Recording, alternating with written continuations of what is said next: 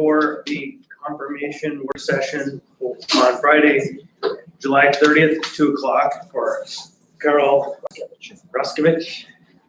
And let's do the roll first. Weddleton. Quinn Davidson. Zalatown. Felix Rivera.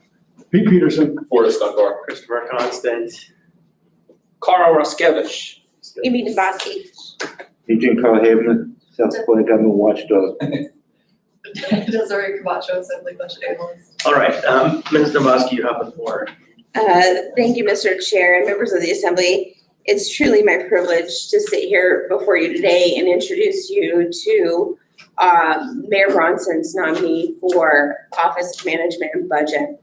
I think you'll find his resume and his zest and his tenacity as exciting as I do. Mr. Raszkiewicz is very impressive. Not only, he'll get into his background, but not only is he Polish born, so a first generation American as he comes to, well, an immigrant, I would say, actually, Yep. as he comes to us, but he speaks multiple languages. He's very eclectic in his experience and his history. He has a BA in economics and an MBA as well. Oh, 1 second. Sorry, Ms. Kennedy, you can say you're here. Crystal Kennedy here, thank you. Sorry, Yeah. I forgot. So, thank you, Mr. Chair. So without further ado, I'd please like to introduce you to our OMB Director and nominee. Thank you, Amy. Yeah, floor. I came to America to find freedom and opportunity when I was 14 years old. My family and I didn't speak any English when we arrived here, but we were determined to make our new successful life here and to pursue our dreams.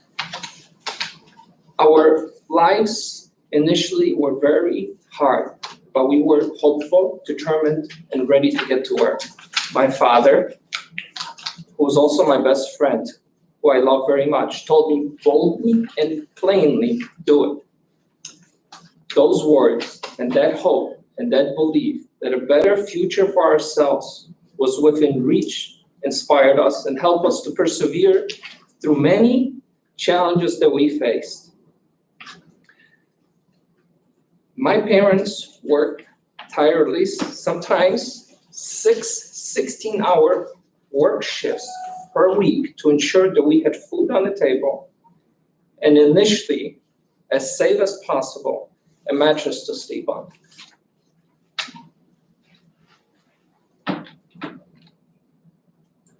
For my part, I quickly assumed the administrative responsibilities of managing our household.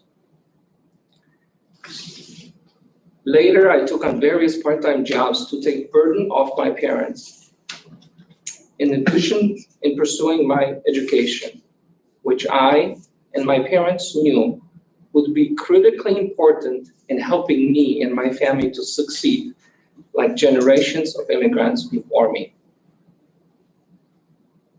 As a naturalized American citizen, I'm deeply grateful for the opportunities that America has provided me with. However, I'm most grateful for the opportunities I have found here in Anchorage, Alaska. When I think where I came from and how little my family and I had when we first set foot on American soil, it is still hard to believe how truly fortunate I am to be sitting in this chair today.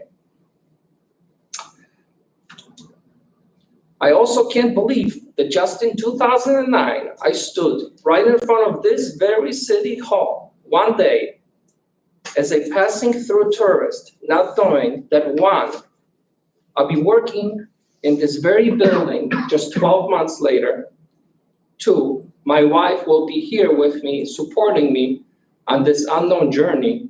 Three, that I will have twins that will be born in 2012 on Alaska soil. And now I'm being considered for this position. I know one thing for certain, that in America and in Alaska, one can succeed. Many of my dreams came true, and I'm very thankful for them every single day. Lastly, even though Alaska was not my first home and my journey was long, I feel that I was always meant to be an Alaskan. For the last 10 years, I have proudly and without hesitation, ethically served the people of Anchorage as a field tax auditor. It has been a privilege to serve a community that has done so much for me and my family. I know you all had an opportunity to review my resume, but I would like to take a few moments to highlight a couple of things from my professional experience that I think are relevant to the position in which I've been nominated to serve. Doing field audits on specialty sales top business taxes can be a stressful experience for the business owners. Thus, it was incumbent upon me to ensure that the audit objectives were achieved in accordance with the code, while business owners received the proper respect, guidance, and due process. I always look for a way that I can effectively find a pathway of communication, even though the circumstances were very difficult at times. Once that pathway was achieved, everything was much easier after that. I want to repeat that finding a pathway of communication was my most critical step in being as successful at my civic duties on behalf of people of Anchorage. Our audit programs in Treasury are very comprehensive and very concise, and some include as many as 26 steps.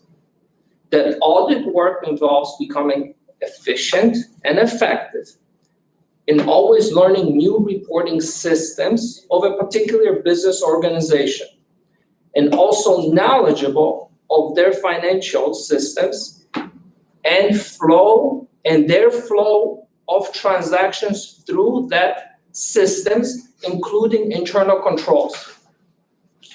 Lastly, swiftly identify material items in their financial statements or other managerial reports, which can be very complex. Once those steps were achieved, true audit procedures could begin and potential weakness be identified. On that note, through the chair, I'm open to any questions that you might have. So I'll just first point out for Mr. Dunbar's benefit, I see Yale University on this resume. But not a law degree, which is a strength for you. Anyone have questions? Ms. Alatal. Yes, thank you. So your resume shows a wealth of technical expertise, but it's my view that the Office of Management and Budget actually needs to have a very global view of the municipality. So can you talk with me how you plan to utilize the Office of Management and Budget to ensure that we are making compatible and coordinated use of government services and resources to achieve the objectives of the municipality, particularly when we're considering things such as 5% budget cuts, so that we're getting that holistic view about how one thing that happens in one spot might affect another department, a completely different area. So can you talk to me a little bit about that? Oh, first and foremost, I have a very good team that has been in place for many, many years. Every day, I feel like I've been passing a new milestone. And budget is a book of accounts. Basically, you need to keep control of the expenses and account for them. So in many respects, it's almost like a function of internal controls. If those controls exist and the budget books are correct. Did I answer your question? No, in fact, I find that a little bit concerning, that answer. I don't view OMB as simply a office of budget controls. I guess I view it as a way to coordinate and ensure through budgetary decisions that the decisions made within the municipality about budget are compatible and coordinated amongst departments, amongst different services. Because when we get the budget, we're often asking to make changes or shift from one spot to another, and they can sometimes have unintended consequences. Similarly, if you're making global cuts, how you're trying to cut in one department could have an effect in another department. So I guess I'm asking, what strategies can you employ to make sure you're getting that maybe 30,000 foot view of how budgeting is working with the municipality? Well, I think that, right communication, first and foremost, is the communication between departments. And what's the need of the people of Anchorage? Then it's a pull and push relationship between the administration and the assembly. And the success is somewhere in between those 2 points. And no one really knows exactly where one is going to end up. But from my from the current experience, it has been that I've been communicating with directors, informing what's necessary to begin the budget process. We scheduled budget meetings, and we'll go from there. Thank you. Okay, Mr. Rivera. Thank you, Mr. Chair. So I'm going to come at Meg's question, I think, from a different route. So what's your job? If you were to describe your job, what does the Director of the Office of Management and Budget do? The Office of Director manages the budget of the city. Okay, it's that simple. Yeah. Okay. Mr. Dunbar. Thank you. Well, I think I have a sort of narrower, more technical question. But first, going off of what my colleagues just said, and I think you were wise to point out the role that the assembly plays. Of course, we pass the budget, we set the policy in the budget, and then the administration executes it. But of course, that's not really how it works in the real world. The administration has a lot of authority to present us with the budget as well, and it goes back and forth, and they have the veto authority as well. And so I think, I don't want to put words in their mouth, but I think what my colleagues might be getting at is, to what degree do you see yourself as a policy maker who is one of those sort of elected decision makers versus someone who's executing what the other policymakers have decided? Does that make sense? Absolutely, it does. And I think it's a very fair question. And I think one has to grow into that position as well. I've been at the job for right now almost a month. My critical duties were first and foremost, learn the systems, find out the systems to see exactly how they're flowing the systems. And then once I have absolute assurance that what the numbers that I'm looking at are correct, then I can make proper recommendations to the administration. That's one half. The other half is to establish a relationship with each and every one of you so we can work together. Great. The more narrow question I had was about, I'm looking at your work with the Treasury Division and the various different revenue sources that you list here. And of course, the newest one is the alcohol tax, which is a fairly significant chunk of money. And my question is sort of, how do you see it rolling out from a technical perspective? And do you see any potential challenges coming down the pike, whether it is working with our private business partners or, with implementation in any way? Treasury has been a decade working. So once, alcohol tax, just like road tax or rental vehicle tax or cigarette tax or other specialty taxes, we were ready to rock and roll. The minute it was established, we had systems. So the rollout was, quite frankly, very easy. There was no issues. From the administrative point of view. So when we're looking at the code, see how it's written, what's expected of the society. What I always like to do when we have, and this is going to apply to this job, and maybe it's going to answer Ms. Zalzow's questions, is I've always encourage the treasurer, and we have done that, to do a community outreach, to have a dialogue. How can we do our business better? And many times we met with the industry. So that's from the revenue perspective. And the revenue is coming in. That's a quick follow-up, Chair. So last year, we did have that back and forth with the alcohol industry and the passing an ordinance that Mr. Moore and who led the effort on crafting that? There was someone else too, but I think it was mostly Dan. And I guess I'm curious, do you see any additional code changes that we need to make to improve? For the road tax? For the alcohol tax, and for any other the tax too. alcohol tax, no, I think it's very written. So all the ordinances since I've been there, and we had sometimes many changes. We had changes to alcohol, we had changes to tobacco tax and home tax. I don't perceive any changes because the system is working well. Okay. It's just what's happening right now as it relates to alcohol is has to be more training on the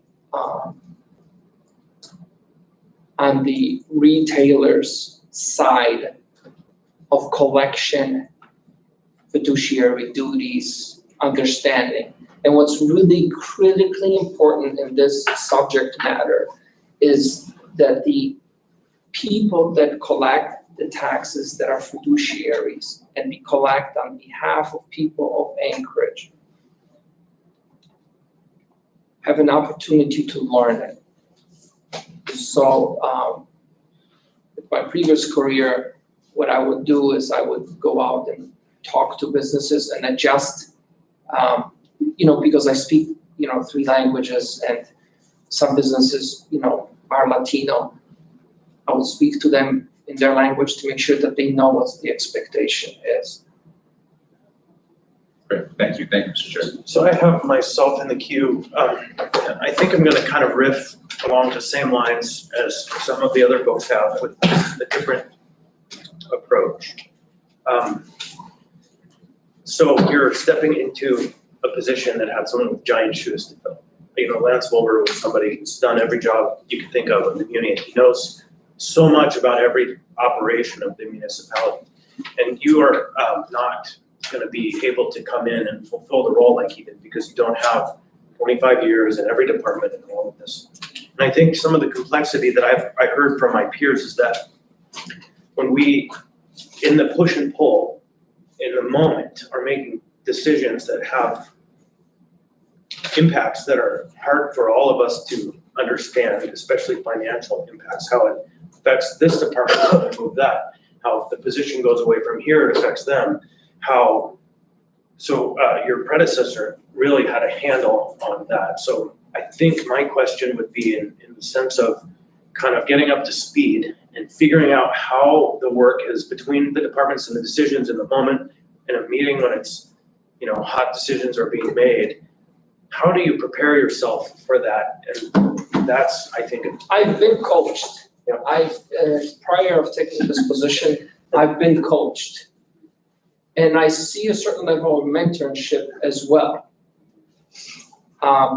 There's a public face to being an OMB director, and there's a technical face of being an OMB director. But I will bring my own style because I'm my own individual human being. However, I've been talking to Lance and I've been getting properly mentored. I think that's probably a very important part of it. And this is not related to you, but watching another recently confirmed person, sometimes people in these positions speak with bravado, meaning they feel like they have to answer a question when they don't know the answer.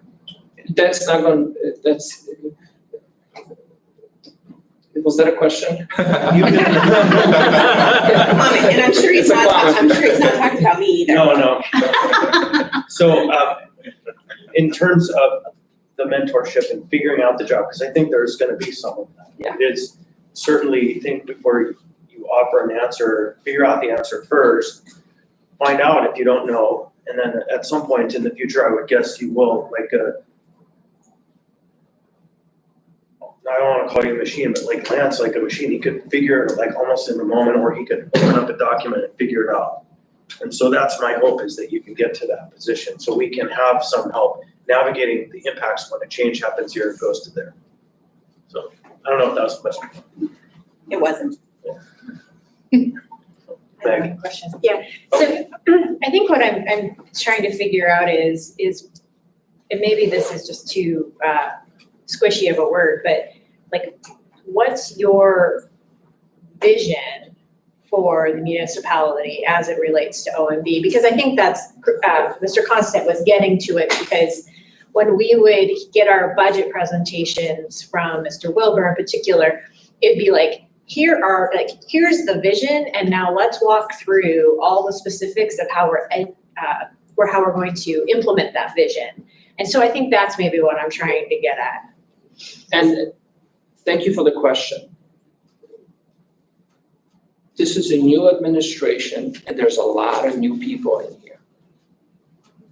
And some of that vision and how we get there needs to be developed over time. It cannot be achieved in few weeks. It's just an impossibility.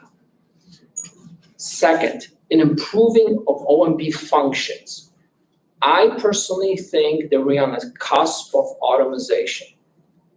There's systems in SAP that can provide us very accurate reports and very efficient reports. And it's just a matter of time before we're gonna get there. I can see it. It's a very comprehensive system. It's a very good system. I just need time. Mr. Wilson?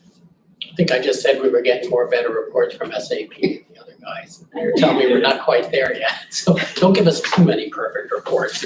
A couple points, and one is, so you've worked there for a number of years, but so you were chosen out of that department to now lead it. What's the dynamic of that? In finance, I think, right? Different department. I worked in finance and treasury division. What's the current dynamic? I mean, were there other people wanting the job, now you're dealing with that dynamic? I mean, that's a real issue when you have changes like this. No, the current environment is wonderful. I work with Marilyn, Christine, Courtney, and Lila. Very bright ladies. They keep me very straight. They keep me on task. And they tell me what's their expectation.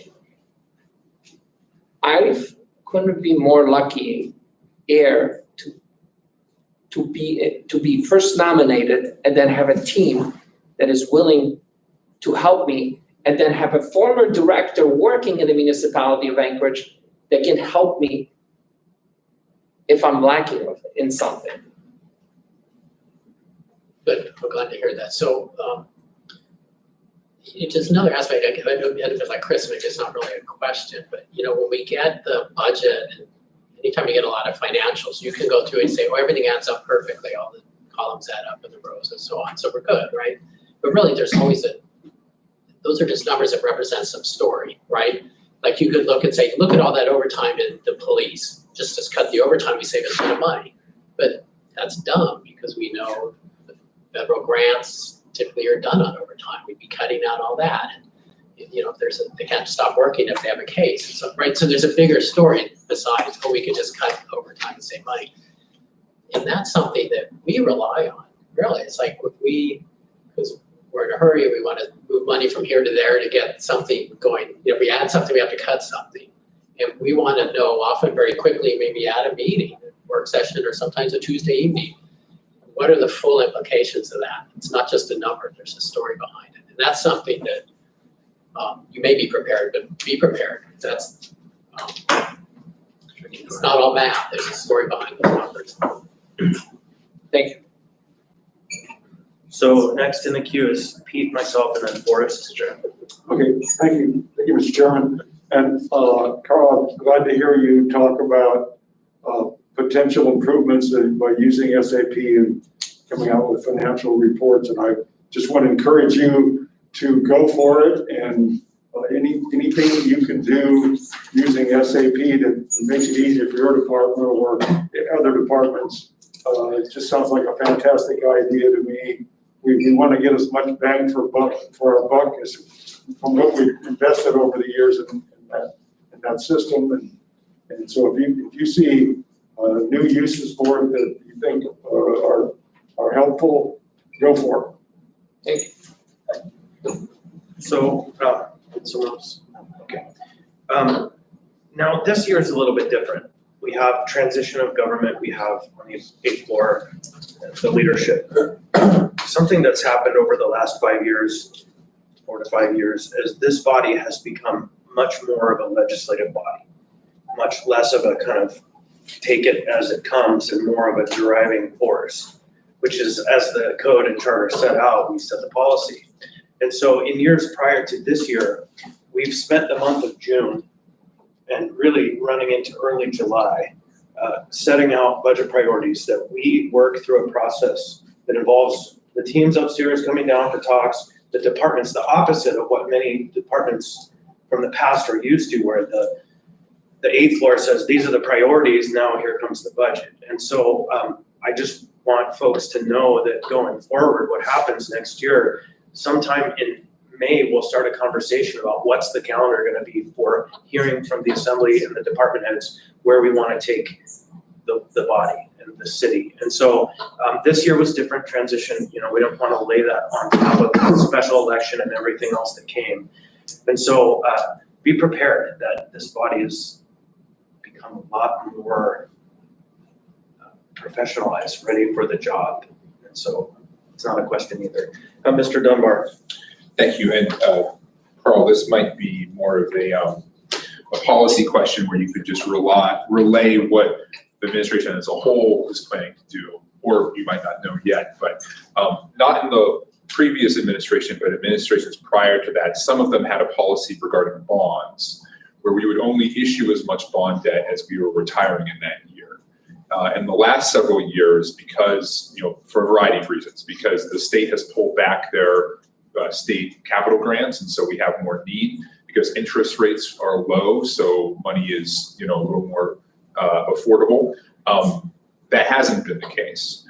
What is your understanding about what the bond policy is going to be? Are you guys going to try to have that one-to-one match, or are you going to allow larger bond packages to go forward? At this time, honestly, the administration is too new to give you a specific question. I wish I could give you an answer, but it's just simply too early. Okay. So, thank you. Anyone else? Okay, so thank you for your time. And any last comments you want to make? Yeah. Okay, please. For the record, thank you, Mayor Bronson, for giving me this opportunity and identifying my potential for what I believe to me is once in a lifetime opportunity. And thank you to you, Assembly, for your time and consideration for this position. If I am confirmed, I look forward in applying my experience, education, and skills that I have developed and learned in serving our municipality for the last decade to help us build a better, brighter future for all of us. Thank you. Thank you.